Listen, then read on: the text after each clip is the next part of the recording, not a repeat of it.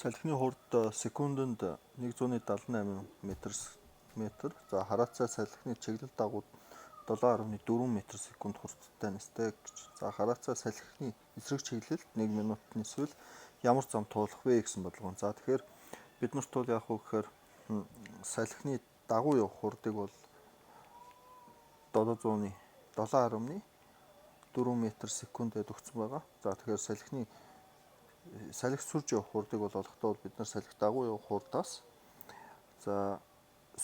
салхины хурдыг бол яг уу гэхээр салхины хурдыг 2 удаа хасчих юм бол салхи сүрж явах хурд гараад ирнэ. За тэгэхээр салхи сүрж явах хурд бол юутай тэнцүү авах вэ? 7.4-өөс хасдаг нь 2-ыг үржих нь 178 буюу салхины хурд маань 384 м/секунд болох нэ.